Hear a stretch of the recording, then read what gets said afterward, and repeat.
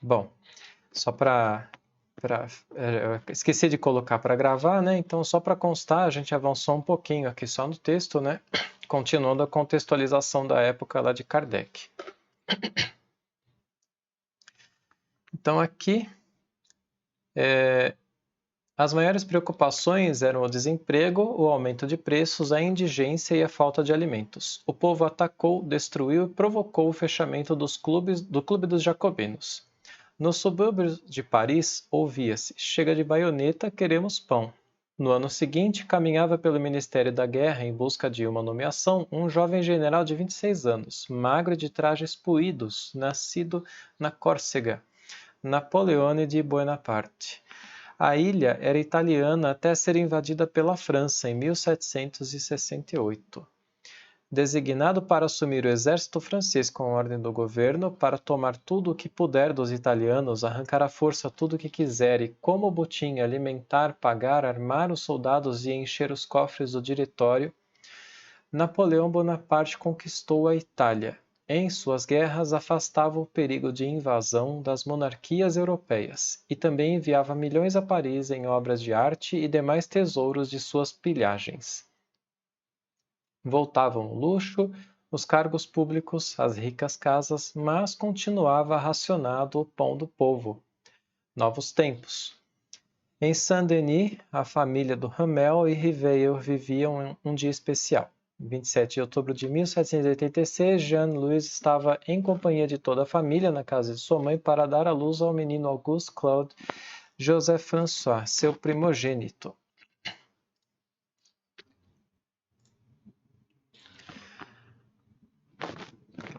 Uma criança concretiza e dá sentido a um novo lar. Novas responsabilidades, novos afazeres. A distância de Belle, que ficava num vale, exigia uma viagem de muitas horas até Saint-Denis. Certamente, era mais apropriada a proximidade da mãe, e assim Jeanne e Riveil se mudaram para Bourg-en-Bresse, distante apenas 15 minutos de charrete. E foi lá em 1º de agosto de 1799, logo depois do almoço, que nascia a menina Marie-Françoise Charlotte Eloise. Agora, Jeanne tinha um casal de filhos. No entanto, Jeanne-Louise estava destinada a enfrentar uma indescritível e dolorosa missão. Não há quem não se coloque no lugar do outro nas horas de aflição, é um sentimento natural. Mas é impossível compreender o coração dos pais que vivem a perda dos filhos. Quando o Espírito Sanson, em O Evangelho segundo o Espiritismo, comentaria ser um costume dizer que Deus não é justo quando os mais jovens morrem antes dos velhos, pois despedaça o coração de uma mãe, ele ensinou que o bem, muitas vezes, está onde se julga ver o mal, a sábia previdência, onde se pensa encontrar a cega fatalidade do destino. E então concluiria: nada se faz sem um fim inteligente, e seja o que for que aconteça, tudo tem sua razão de ser. Se estudassem melhor todas as dores que os sobrevêm, sempre encontrariam nelas a razão divina, razão regeneradora, e os seus miseráveis interesses se tornariam de tão secundária importância que seriam jogados para o último lugar. A pequenina Marie-Françoise viveu somente 2 anos, deixando seus pais e seu irmão, o jovem Auguste, em Bourg, em 14 de outubro de 1801. E não foi só. No final da tarde, 2 dias depois do Natal do ano seguinte, Jeanne veria o filho que restava, o pequeno Joseph Auguste Riveil, com somente 6 anos, viria falecer. Frente a dolorosas provas, o casal se viu sozinho em casa. Enquanto isso, Napoleão tomou o Egito e afastou os ingleses da Índia. Desde 1799, o general derrubara o diretório e passara a governar por uma ditadura, nomeado primeiro cônsul. Recebia o apoio irrestrito dos políticos e burgueses, que encerravam nesse ponto a revolução, deixando para depois os problemas dos subúrbios. Em 1804, Jean Riveil, requisitado em suas funções militares, estava em Paris. Jeanne-Louise, grávida pela terceira vez, agora aos 30 anos, precisando de cuidados, permanecia num estabelecimento de águas minerais artificiais de Lyon, na rua Sala 74, à margem do rio Ródano. Era um lugar preparado para atender casos de saúde. No catálogo de divulgação dessa casa, o dono, um químico, o Sr. Cyriac Frederick Dittmar, anunciava os registros de muitas curas, principalmente ortopédicas, reumáticas e de trato feminino. Em seus tanques especiais, preparava as águas minerais artificiais que abasteciam no local privado os banhos de vapor, chuveiros e bebidas medicinais em moda na época. O estabelecimento atendia aos médicos que acompanhavam seus pacientes, oferecendo quartos com cama para a espera dos banhos, apartamentos agradáveis e estábulos para estrangeiros e franceses que vinham de longe. Nova Aurora para Jean-Louis. Ela estava bem assistida pelo considerado médico Pierre Rodamer, usufruindo dos tratamentos de águas indicados. Eu vou passar essas notas que acho que não são explicativas, né? Porque demora muito para carregar aqui. No dia 3 de outubro de 1804, quarta-feira, nascia seu terceiro e último filho, Hippolyte Léon Denis Riveil, a quem se dedicaria de coração nas próximas décadas. Antes da volta de seus pais para Bourg-en-Bresse, o pequeno Riveil seria batizado ainda em Lyon, em 15 de junho de 1805, pelo padre Berthe, na paróquia Saint-Denis da Croix-Rousse, a alguns quarteirões da casa de banho do Sr. Cyriac. Jean Riveil servia ao exército de Napoleão, o qual em 1807 estava próximo de realizar sua ambição declarada de tornar todos os povos da Europa um só povo e Paris a capital do mundo. O imperador dos franceses conduzia o governo à sua vontade. Atacou a Áustria, derrotando em Austerlitz, invadiu a Prússia e depois a Rússia.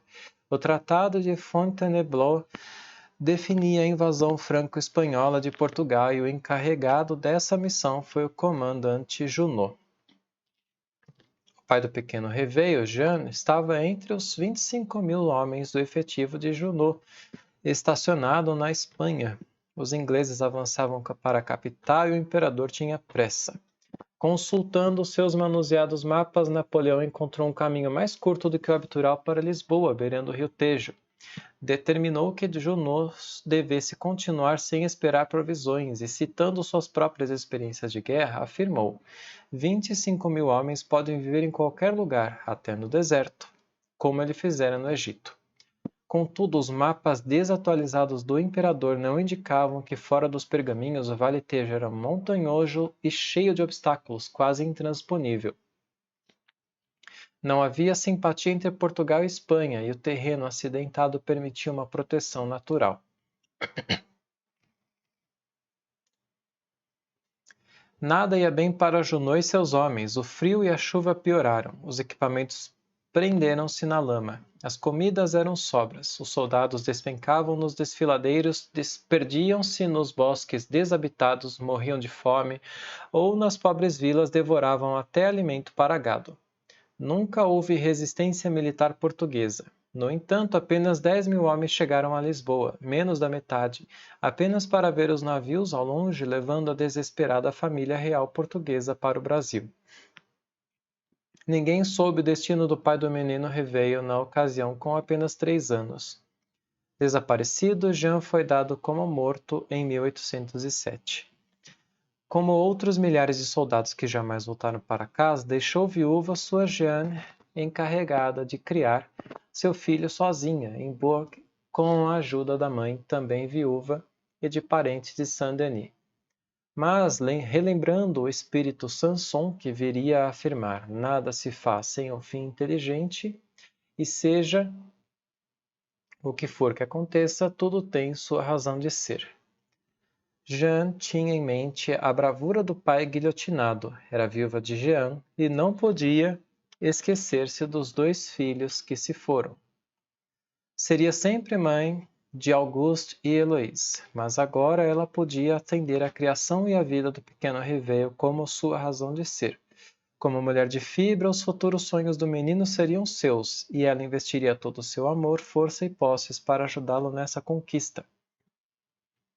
Toda essa dedicação de Jeanne contribuiu para tornar a formação do jovem Riveil a sólida fundação do edifício de sua personalidade.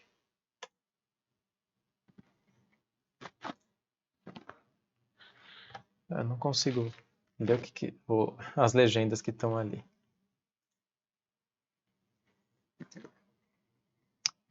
Bom, a vida campestre do pequeno Riveio. Hippolyte Riveio passou sua infância no ambiente rural de Bourg-en-Bresse. A casa de sua avó, onde morava com sua mãe e tio-avô, ficava na beira da estrada ladeada por grandes árvores que saía da cidade em direção à aldeia de Courgenon. Essa localidade recebia o nome de Saint-Denis-le-Bourg. Contava com apenas 600 moradores e tinha sua própria igreja. Morava numa maison de maître, como se chamavam naquele tempo as típicas grandes casas de advogados, médicos e notários da elite rural. A entrada era um portão de ferro forjado. A porta central, acima de um pequeno lance de escadas, com grandes janelas na fachada do primeiro e do segundo andares. No terceiro, um sótão com sua janela central. Não era uma casa pequena. Tinha várias salas, lavanderia, estábulos para os animais. Em seu centro havia o pátio e um jardim, em meio a uma área com crias e plantios. Diversos terrenos à volta pertenciam à família. De lá se avistavam extensas pradarias amarelas, plantações de trigo e outros grãos, que constituíam o principal da economia local. A ampla planície de perder de vista ia de Bourg até Neuville-les-Dames, uma paisagem que dava uma sensação de calma e amplitude. Só falar uma coisinha, aqui Sim. na nota ele fala que ele sabe todos esses detalhes porque tinha num jornal aqui de 1826 um anúncio dela para alugar a casa descrevendo a casa aos interessados. Ah, legal. Então, é isso, era assim mesmo. Legal.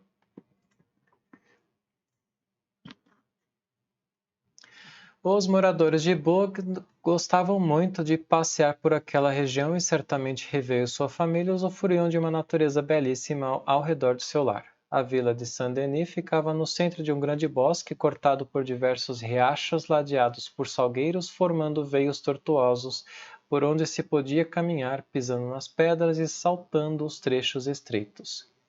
Muita sombra, pescaria abundante, jardins regados pelo rio Veio, e o barulho característico dos moinhos movidos pelo rio servindo as moendas de trigo. Um jovem esperto como Riveio tinha muito que aprender e se divertir naquela moradia. Perto da casa foi construído um passeio muito aprencioso e famoso, chamado de Mile. Um longo e largo caminho com árvores enormes. Ao fim dele, uma pequena casa com varandas onde se podia ler em letras douradas, Observatório de 1792, construído pelo astrônomo francês Lalande, 1732-1807, nativo de Bourg e que fomentou bastante a cultura na cidade. Uma cidade pequena, mas cheia de história, onde um jovem esperto como Riveio tinha muito o que aprender e se divertir.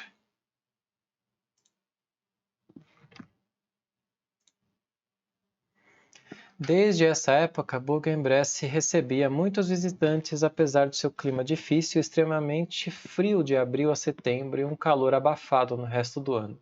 Muitas vezes a cidade era coberta por um denso nevoeiro. Os bressans, um povo camponês tradicional de hábitos simples e afeições constantes e leais, tinham a fama de receber os de fora com desconfiança, mas com generosidade de coração.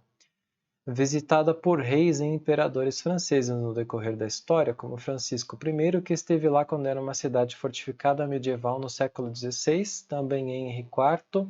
Napoleão Bonaparte percorreu suas pradarias a cavalo em 1805, quando foi recebido com a imperatriz e uma comitiva de 100 pessoas.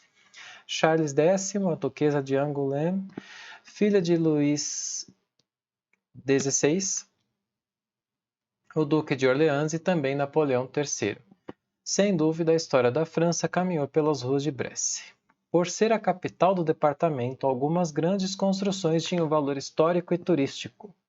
A igreja de Brou sempre foi uma das mais visitadas da França. No pequeno centro da cidade, havia hotéis como o Marron de Milonnas, construído em 1770, praças e fontes, um bom hospital com sua boticária preservada até hoje. Em 1813 chegaram os postes de iluminação a gás. As florestas de Ceilão forneciam madeira e a caça de veados, lebres e javalis, e apanhava-se escargots. Pelo caminho, as crianças se deparavam com pequenos animais, esquilos, martas, doninhas, ouriços, ratos de madeira, aves como pica-paus e belos e selvagens gaios. Um pouco mais distante havia o lago Bouvin e se podiam ver as montanhas de Jura ao longo da fronteira com a Suíça. Passeios agradáveis ao leste, lado oposto de onde morava Riveio, mas que bem valia atravessar a cidade num dia de passeio. Uma curiosidade da cidade nos remete à futura missão do pequeno Riveio, sua origem celta. Seu nome, Bresse, é um termo céltico para argila, lama. Quando o Castelo dos Duques de Savoia foi demolido em 1817 para a construção da prisão da cidade, foram encontradas as fundações de um enorme monumento druídico, com um círculo de grandes pedras onde se apoiavam dolmens. O pseudônimo Allan Kardec foi escolhido por ser de um antigo druida, e no túmulo de Reveille erigiu-se a imitação de um monumento como esse. Do ponto de vista cultural, havia na cidade um belo teatro, o Colégio de Bourg foi fundado em 1649. Foi conduzido por jesuítas e depois da Revolução por professores leigos, entre eles por alguns anos, desde 1801, o físico André-Marie Ampère. A cidade tinha também uma biblioteca vasta, criada depois da Revolução, enriquecida por coleções particulares. A Sociedade Imperial de Emulação de Ain foi criada em 1783, numa das salas de biblioteca. Inicialmente uma sociedade literária, passou a lidar com ciências, agricultura, belas artes e história. Atendia às consultas do governo do departamento. Tinha um jornal, oferecia prêmios, possuía coleções valiosas. Reveille, em 1828, seria nomeado membro correspondente dessa sociedade. Nesse mesmo ano, em 1828, aos 24 anos, seu plano para a melhoria da educação pública, como discípulo de Pestalozzi, depois de traçar suas ideias principais de fácil execução, Hippolyte relata o que seria para ele uma educação ideal numa família rica e esclarecida para proporcioná-la. Para tanto, teria suposto este pequeno estabelecimento não em Paris, mas numa bela região, onde as satisfações da vida campestre seriam unidas às ocupações sérias. As aulas seriam de história natural no campo, de instruí-los em conversações durante passeios. Teria aconselhado o educador fazer seus alunos viajarem para estudarem eles próprios os costumes dos povos e visitar os lugares históricos. Todos esses recursos estavam disponíveis para o menino Reveille em Bourg. Vede as crianças a quem foram dadas desde cedo ideias sobre história natural, física, química, estátuas, quadros, plantas, animais, os fenômenos de que são testemunha, uma simples pedra, tudo lhes interessa. Sua intenção está desperta e, por suas perguntas, provam o quanto se pode tirar partido de sua inteligência quando se sabe lidar com elas convenientemente. Apesar de não encontrarmos registros de como foi a infância de Reveille, as características de sua cidade natal, como vimos, merecem maior atenção. Certamente fizeram parte de seu cotidiano tarefas de um ambiente rural, como a alimentação composta por caças e crias de animais, grãos e produtos da horta, a locomoção a pé ou a cavalo, uma fulgurante beleza natural em seus campos, florestas, bosques e lagos, o contato próximo com sua mãe e sua avó em sua família especial orientada pelas mulheres, os recursos históricos e culturais de sua cidade. O caráter interessado e meticuloso de Reveille que conhecemos em seus passos futuros, como sua precoce formação científica, permite-nos imaginá-lo vivendo e aprendendo intensamente com todos esses ricos valores naturais, sociais e culturais à sua disposição em sua volta. A solidão é sempre triste na cidade, assegura Rousseau, pois, como tudo que nos cerca mostra a mão dos homens e algum propósito da sociedade, estar só em um quarto assemelha-se a estar em uma prisão. Não é essa a impressão dos bilhões de moradores da cidade grande? No entanto, no campo ocorre exatamente o contrário. Lá, os objetos são risonhos e agradáveis, estimulam o recolhimento e o devaneio, sentimos-nos desembaraçados fora das tristes paredes da cidade e dos entraves das opiniões formadas. E Rousseau descreve o ambiente campestre com tudo o que havia na maison da família de Riveil em Bourg. Os bosques, os regatos, a vegetação afastam do nosso coração as preocupações humanas. Os pássaros voando para lá e para cá a seu bel prazer oferecem-nos na solidão o exemplo da liberdade. Ouve-se seu canto, sente-se o odor dos campos e das árvores. Os olhos, recebendo apenas doces imagens da natureza, aproximam-se mais de nosso coração. Nas áreas campestres francesas do século XVIII e XIX, como a que Ribeiro viveu, as crianças brincavam de cabra cega, dando pauladas contra um alvo, ou conca, pedaço de telha encurvado que se jogava contra uma trave para derrubá-la. Tinham cantigas, contos e narrativas. No meio das pessoas da roça, pastores e lavradores narravam histórias de feiticeiros, almas de outro mundo, pactos com o diabo, de excomungados transformados em bichos. Contavam ao anoitecer sob a luz da lamparina, ao anoitecer, sob a luz de lamparina, criavam sombras assustadoras para a meninada. Era um jeito fantasioso de falar da vida após a morte. Riveil, o educador, escreveu em 1834, no período anterior ao Espiritismo, que é preciso forçar a criança a pensar, pois, se fixamos sua atenção sobre aquilo que se passa à sua volta, que ela se dê contas do que vê, do que ouve e do que faz. Então, tudo para essa criança será natural e terá uma explicação que pode ser compreendida pela razão. Que ela conheça o movimento dos astros e que seu espírito penetre no espaço. Então ela não será, como um bruto, indiferente a tudo que maravilha o seu olhar. E é interessante disso tudo, né, que tudo que ele mostra aqui, por mais que a gente esteja numa sociedade afastada do campo, né, é tudo ao contrário do que acontece dentro da escola hoje, né?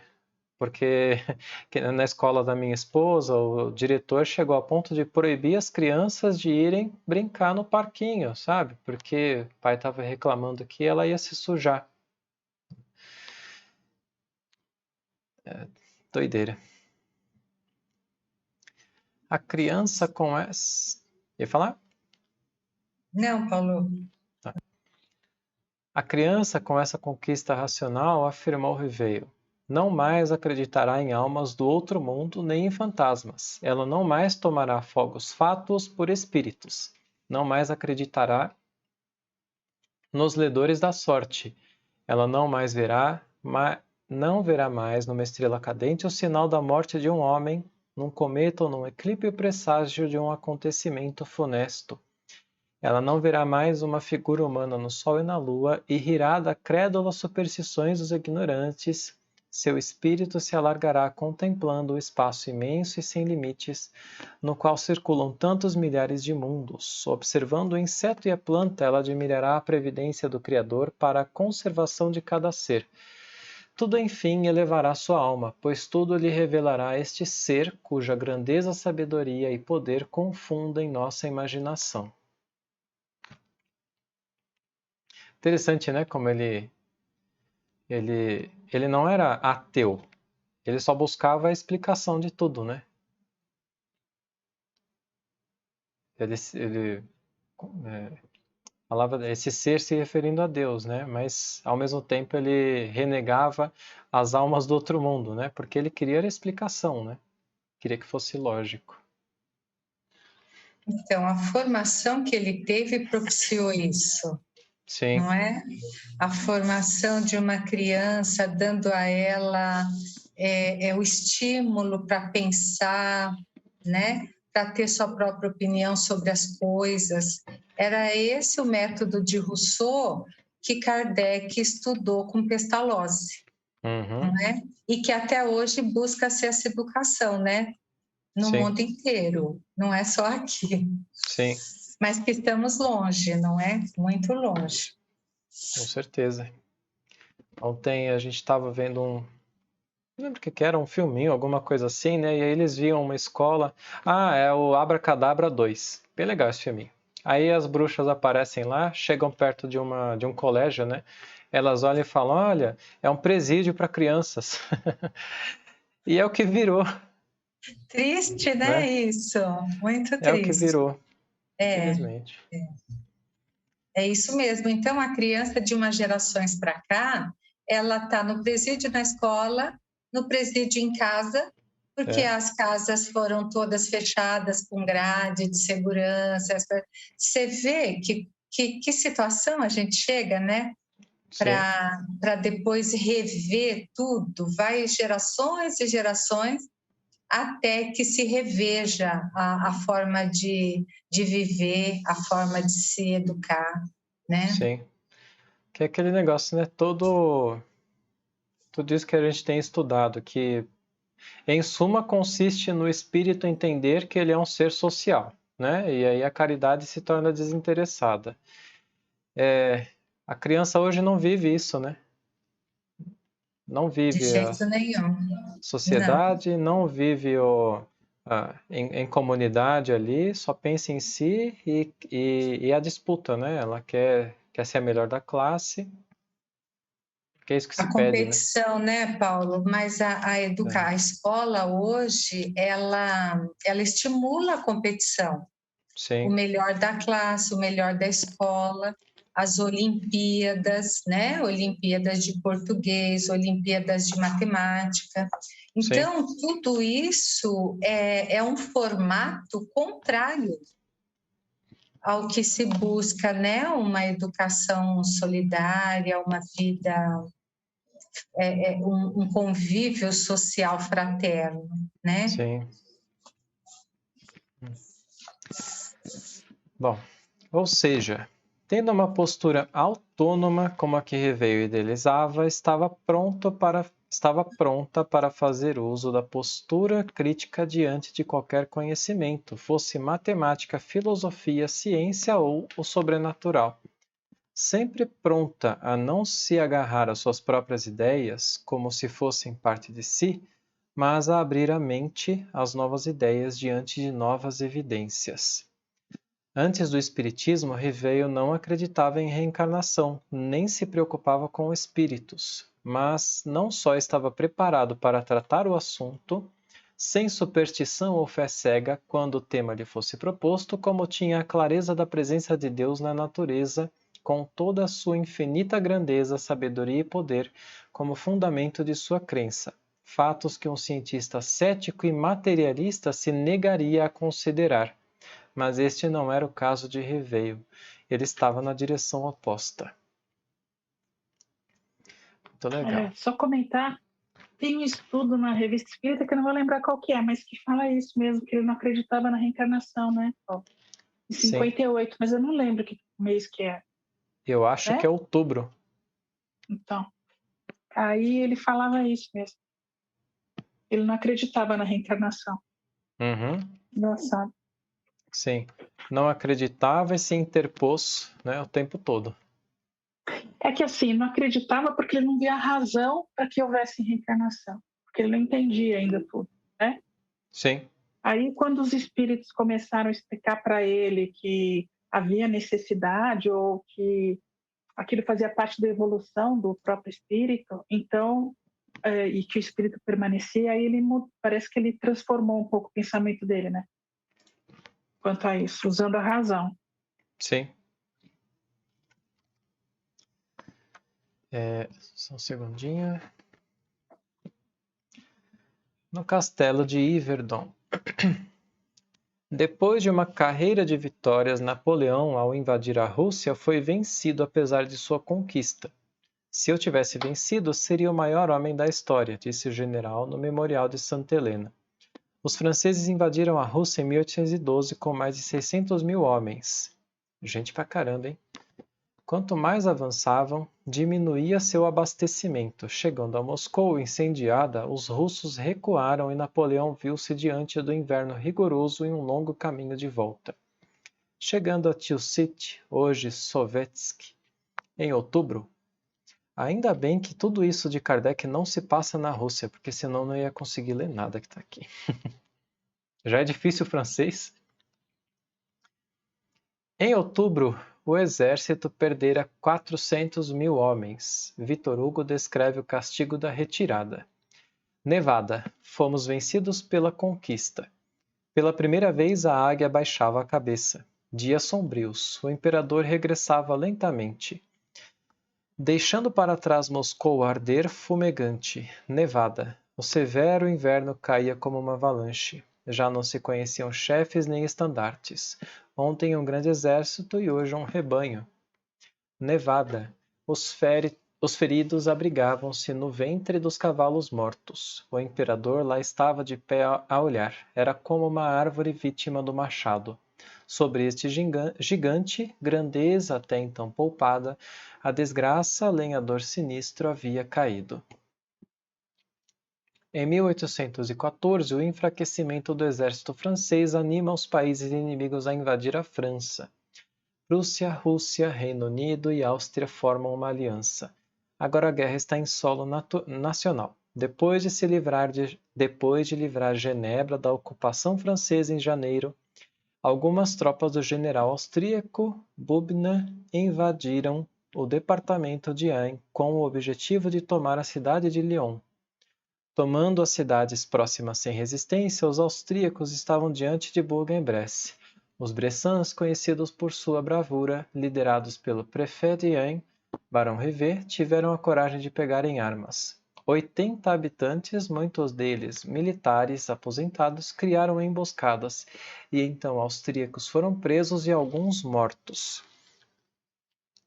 Assustado, o general Bubna mandou avisar que prometia proteção para os franceses pacíficos, mas quem resistisse iria pagar com a vida e suas aldeias e vilas seriam incendiadas. Bourg-en-Bresse, para servir de exemplo, foi saqueada pelos austríacos. Uma canção da época brincando com a invasão austríaca entrou para o folclore do departamento de Ain.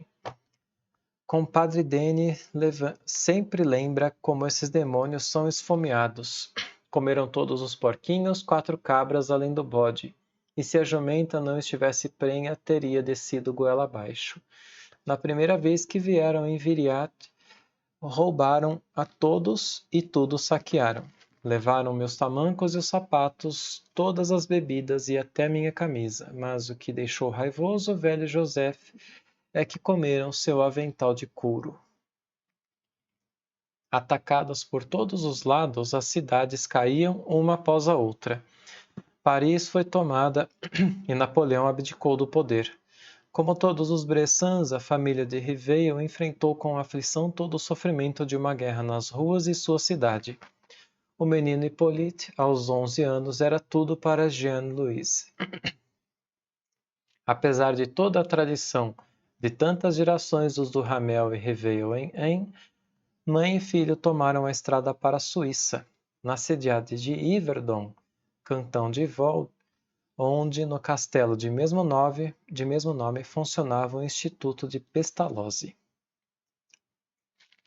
Dentre os alunos, por volta de 150, metade era estrangeira, franceses como Riveil, ingleses e até alguns brasileiros e estadunidenses. Uma mistura de línguas e culturas. Quem tinha recursos pagava uma pensão anual de 720 francos para cobrir a alimentação, lavagem das roupas, cadernos e livros. Os pais levavam um enxoval. Essa cobrança permitia que os alunos pobres pudessem estudar de graça. A mãe de Riveil considerou a condição de sua família abastada o suficiente para enquadrar seu filho no grupo dos pagantes. Em maio de 1815, Louise e sua mãe, a viúva do Hamel, colocaram à venda um terreno em Poliat e uma área em Saint-Denis-les-Bourgs, perto de sua casa. No entanto, para cobrir as despesas daquele primeiro ano, o anúncio pedia um adiantamento de 1.000 francos, que seria reembolsado no acerto da venda.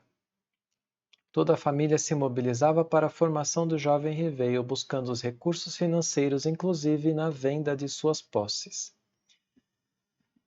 Um aluno no instituto, Roger de Gimpes, era de uma família nobre francesa arruinada pela Revolução e que fugiu para a Suíça. Ele estudou com Pestalozzi de 1808 até 1817, quando se mudou para Paris com sua família a fim de se preparar para ingressar na escola politécnica. Em sua descrição da vida em Yverdon, os alunos tinham grande liberdade e as portas do castelo ficavam abertas como numa casa de família.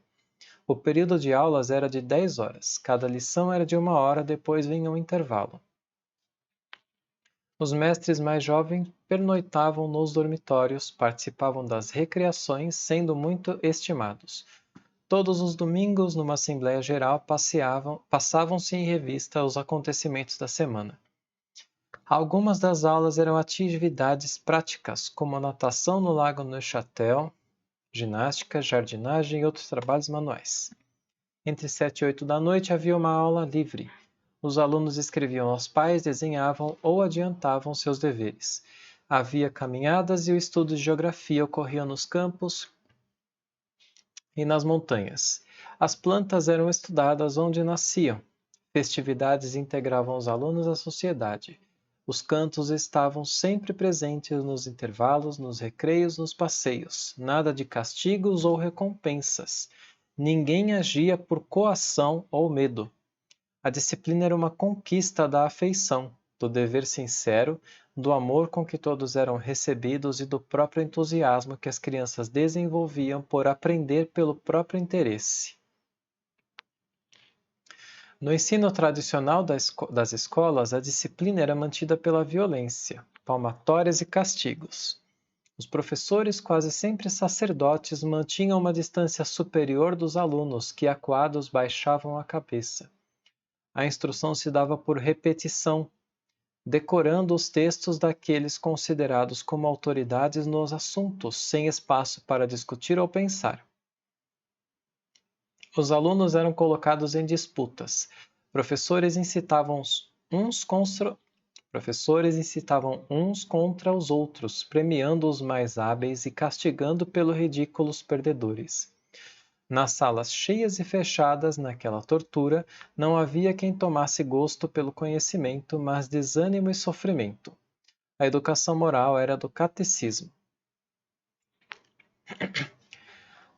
É interessante, né, que hoje tem muito movimento para se desfazer essa ideia, esse ambiente de castigo, né, de repressão. Só que o problema é que se tirou a repressão, mas não se corrigiu justamente essa disputa, né? E o ganho, né? Qual que é a palavra aqui? O prêmio. A recompensa, né? A recompensa. É. Então ficou tudo solto, né? Você não tem a repressão, que por um lado é bom, mas por outro você continua vivendo um ambiente de disputa e de recompensas. Então as crianças continuam agindo por um motivo externo, né? Sim. E não por autonomia. No castelo de Yverdon era como um oásis. O castelo de Yverdon era como um oásis singular naquele deserto. Seguindo a orientação de Pestalozzi, todos os jovens aprendiam por meio de suas próprias descobertas. Não só aprendiam a aprender, como também a ensinar aos outros alunos. Os jovens tornavam-se educadores. Pestalozzi, numa carta a Gessner, explica o que aprendeu quando aceitou a tarefa de cuidar sozinho de 80 órfãos em Stans, declarando que, visto que eu fui obrigado a instruir sozinho sem outras ajudas as crianças, aprendi a arte do ensino mútuo. E qual era a reação das crianças diante desse desafio? Relata o educador. Elas adquiriram a consciência de si e o sentido do peso da vida escolar desapareceu da minha escola como que por encanto. Elas queriam, podiam e perseveravam, conseguiam e sorriam contentes. O estado de ânimo delas não era aquele de quem estuda, mas de quem sente que está desenvolvendo em si as forças vivas ignoradas e o sentimento que eleva o espírito e o coração, nos quais se toma conhecimento de suas próprias forças. As crianças instruíam as crianças. Eles realizaram os meus projetos. Também a isso me tinha conduzido a necessidade. Visto que eu não tinha nenhum colaborador, eu coloquei um dos meus melhores alunos entre dois dos que tinham maior dificuldade. Essa criança ensinava-lhes o quanto podia, e eles aprendiam a repetir aquilo que não sabiam. Pela primeira vez numa escola, as crianças se deparavam com a verdadeira liberdade de pensar. Quando encontrou esse caminho, Pestalozzi percebeu as possibilidades exponenciais do auxílio mútuo e da educação ativa. No pensamento de Pestalozzi, há uma conexão natural entre mãe e filho, cumprindo um papel fundamental na formação da criança. Fornecendo recursos, orientando as mães e as próprias crianças, a educação pela autonomia e liberdade transformaria os povos. Mas não seria fácil persuadir a multidão escrava de prejuízos semelhantes aos pintainhos que não haviam saído do ovo e que cresceram dentro do galpão e da cozinha e não perderam por isso a capacidade de voar e de nadar. Para Pestalozzi, esse trabalho de instruir o povo em bases psicológicas ou racionais deveria ter início na hora do nascimento, pois desde o momento em que os sentidos da criança estiverem preparados para receber as impressões da natureza, ela o educaria. Qual a razão do fracasso das escolas tradicionais, então? Coagindo as crianças, elas abafavam sua força interior natural, que as conduziria ao aprendizado pelo próprio esforço. Tanto a energia deles como as suas experiências são, naquela idade, desenvolvidas suficientemente, mas as nossas escolas, com seus procedimentos antipsicológicos, não são mais que um sistema artificioso para esterilizar aquela força e aquela experiência a qual a própria natureza deu vida nas crianças. Isso aqui é a citação de Pestalozzi, né? O idem? Ah, não, é esse sotar. Ele deve estar se referindo a Pestalozzi. Ele está falando nessa carta ainda, né? Agora entendi.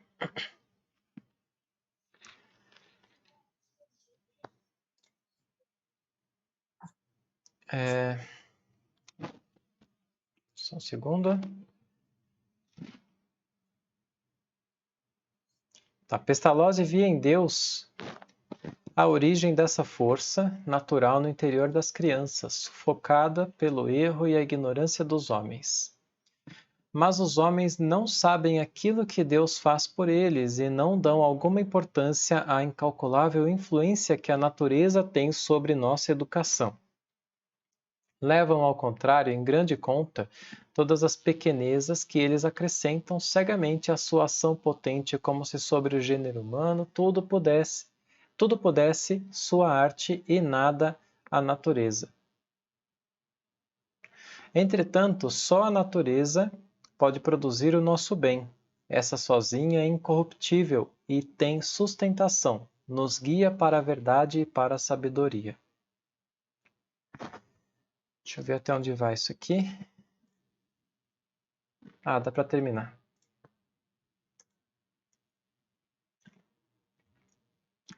O jovem está diante de uma profusão de percepções que lhe chegam pelos sentidos, inicialmente caóticas e desconexas. Quando lhe obrigam a decorar as linhas que lê nos livros, essas informações permanecem amontoadas em sua memória, pois não foram conquistadas pelo trabalho lógico da razão. Por outro lado, no ambiente fechado da sala de aula, o jovem não consegue ligar aqueles textos frios dos livros ao seu cotidiano, à natureza, ao ambiente no qual vive e às transformações do mundo natural. Lendo a descrição de um animal e seu habitat, o aluno decora e, para mostrar o que sabe, recita essa descrição. Porém, se levado à floresta e por seu esforço puder enxergar tal animal, terá o prazer da descoberta, poderá observar por si mesmo seus hábitos, sua destreza e reações. Quando perguntado, descreverá com suas palavras a riqueza de suas descobertas. Pestalozzi considerava a intuição como fundamento do conhecimento e da instrução. Enquanto ele esclarecia às crianças mais adultas questões de ciências naturais mais completas, ocorreu o seguinte movimento. Eles aprendiam as proposições de memória, repetindo-as e lendo-as do mesmo modo que aprendiam uma série de perguntas e respostas relativas a elas. Em princípio, foi, como acontece em todo ensinamento catequético, uma repetição de palavras obscuras e incompreendidas. Mas a perfeita distinção de simples conceitos, seu preciso ordenamento de acordo com essas distinções, a própria consciência radicada na memória dessas palavras obscuras, na própria obscuridade carente de luzes e de significados, despertou neles o sentido da verdade e a ideia dos objetos que eram colocados diante deles, uma ideia como um raio de sol que se tornava, pouco a pouco, mais potente dentro da densa neblina. Segundo Julien, a intuição era a visão mental ou a faculdade de ver ou discernir mentalmente o que não pode perceber por meio dos sentidos, e aplicada particularmente aos assuntos e graduação do ensino. A intuição é o princípio, base e meio da instrução. Eu estou pensando aqui, né, é muito legal tudo isso, né? Porque eu, quando era criança, eu brincava muito com água e a minha mãe me dava as coisas para eu brincar. E por conta de brincar com as coisas dentro da água, né? Hoje, por exemplo, se eu vejo um navio desgovernado, né, indo em direção a um cais, eu consigo intuir e imaginar a força, né, e o arrasto que aquele navio tem e sabe, toda aquela força, né, que tem ali. Mas eu nunca estudei o que é um navio, né, essa hidrodinâmica, nada dessas coisas, né? E isso faz muita falta, né, nas crianças hoje em dia. Elas não conseguem extrapolar, o jovem de hoje não consegue extrapolar muita coisa, né? Tomar uma aguinha.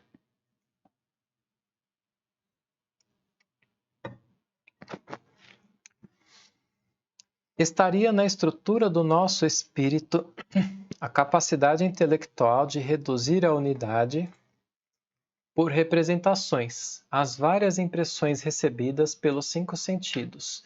Esses conceitos simples se sintetizam e somam-se, alcançando outros mais complexos progressivamente. A mímica precede aos hieróglifos, os hieróglifos aos idiomas formados.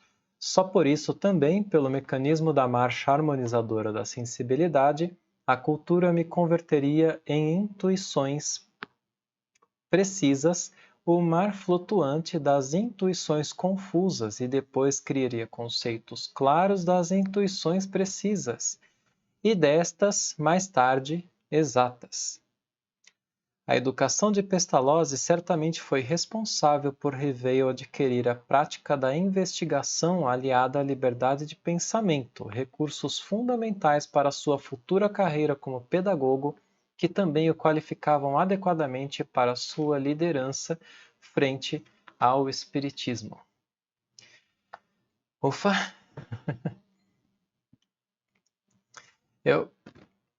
Uma hora falando é bastante, né, Paulo? Nossa, esse texto foi denso.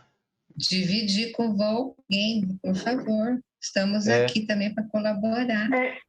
O que eu achei interessante, que aqui ele não fala, mas eu acho que era assim, acho que nessa época o ensino era todo pelas igrejas, a igreja católica, né? Era tudo, as escolas todas eram igreja católica. E aqui era uma inovação, porque pelo visto Pestalozzi não usava a educação dos padres e tal, não era uma instituição, uma igreja. Então Não. é interessante como ele estava usando, né, quando houve essa separação na Revolução, para poder instituir uma escola mais livre, não mais livre libertária, mas que esteja com a criança mais liberdade de interagir, né? Sim. Talvez talvez ele tivesse mais liberdade para instituir as coisas nessa época, né? Não sei se Sim. ele falou isso antes, mas eu não lembro de ter lido isso antes. Não Tem a ver, lembro. né?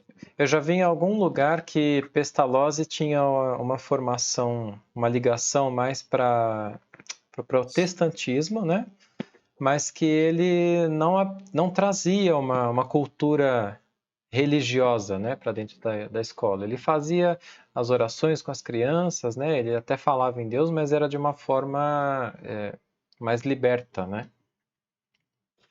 E vendo tudo isso é muito interessante, né? Se a gente traçar assim um paralelo, eu fico pensando qual é a distância entre uma criança que se tornou Kardec, né? E uma criança como o jovem, as pessoas em geral que formadas nessas escolas se orgulham de ter a sua própria opinião, né? Assim, se orgulham muitas vezes de estarem erradas, né? De não buscar uma coisa fora. Porque a gente olha para Kardec, eu acho incrível, né, ele como exemplo. E se você for olhar nessa educação, parece assim simples, né? Aquela criança que foi educada, ela pode ter a sua, todo mundo tem a sua opinião, a sua ideia, mas ela foi confrontada por algo diferente, então vai investigar esse diferente. Investigou o diferente, entendeu, né, aprendeu, agora compartilhe, né? Nisso aí você acaba com os dois, ou diminui muito, os dois maiores vícios, né, do ser humano, que é o orgulho e o egoísmo, né? Tá fechado, Ariane.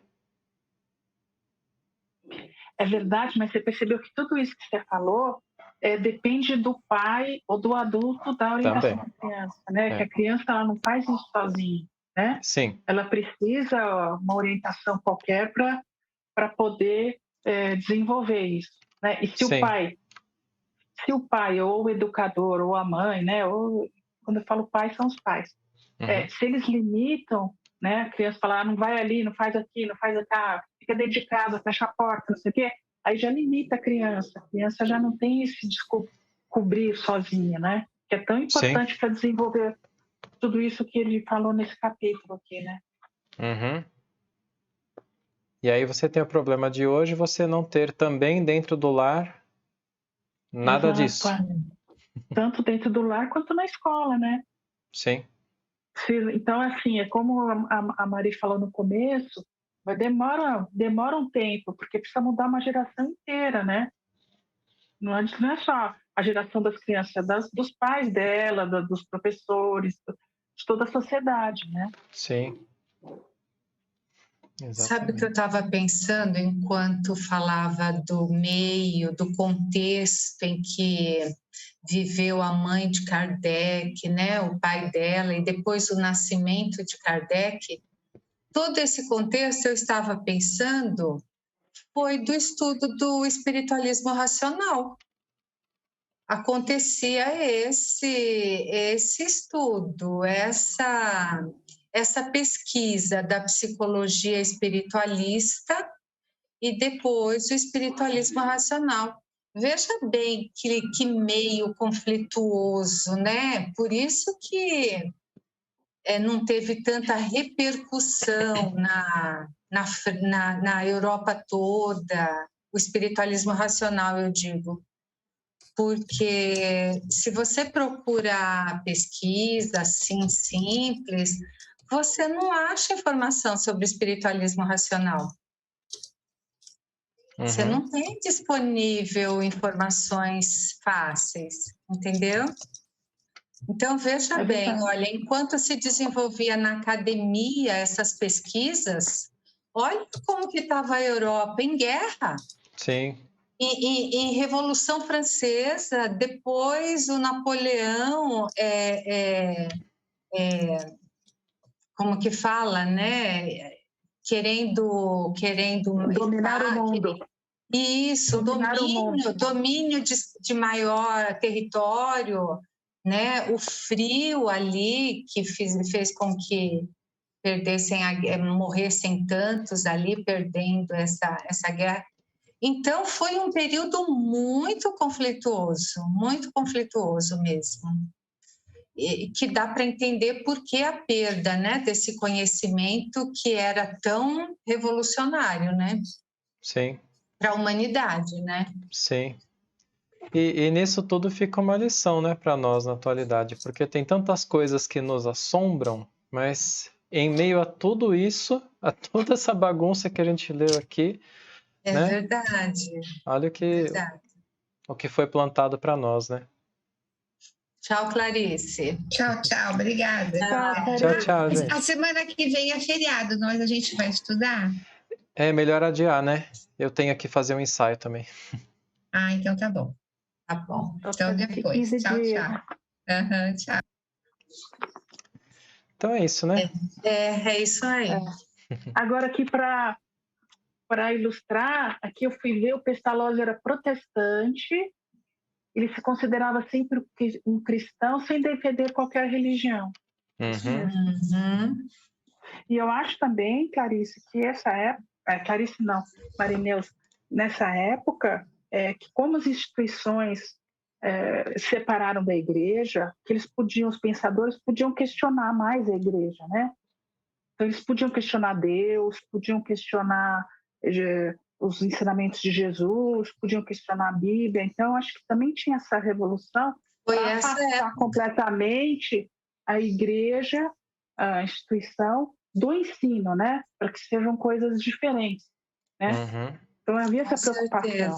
Né? Isso daí também, em meio a tudo isso, acontecia isso, a separação da ciência da igreja, do domínio da igreja, né? O chamado período iluminista, não é? Sim. Daí também tantas guerras, né, e conflitos, né? Sim. Legal, gente. Legal. Então tá joia. Tá bom? Até daqui a 15 dias. Até então. Até a próxima. Muito obrigada, Paulo. Tchau, obrigada, Mari. Tchau, Paulo. gente. Tchau, gente.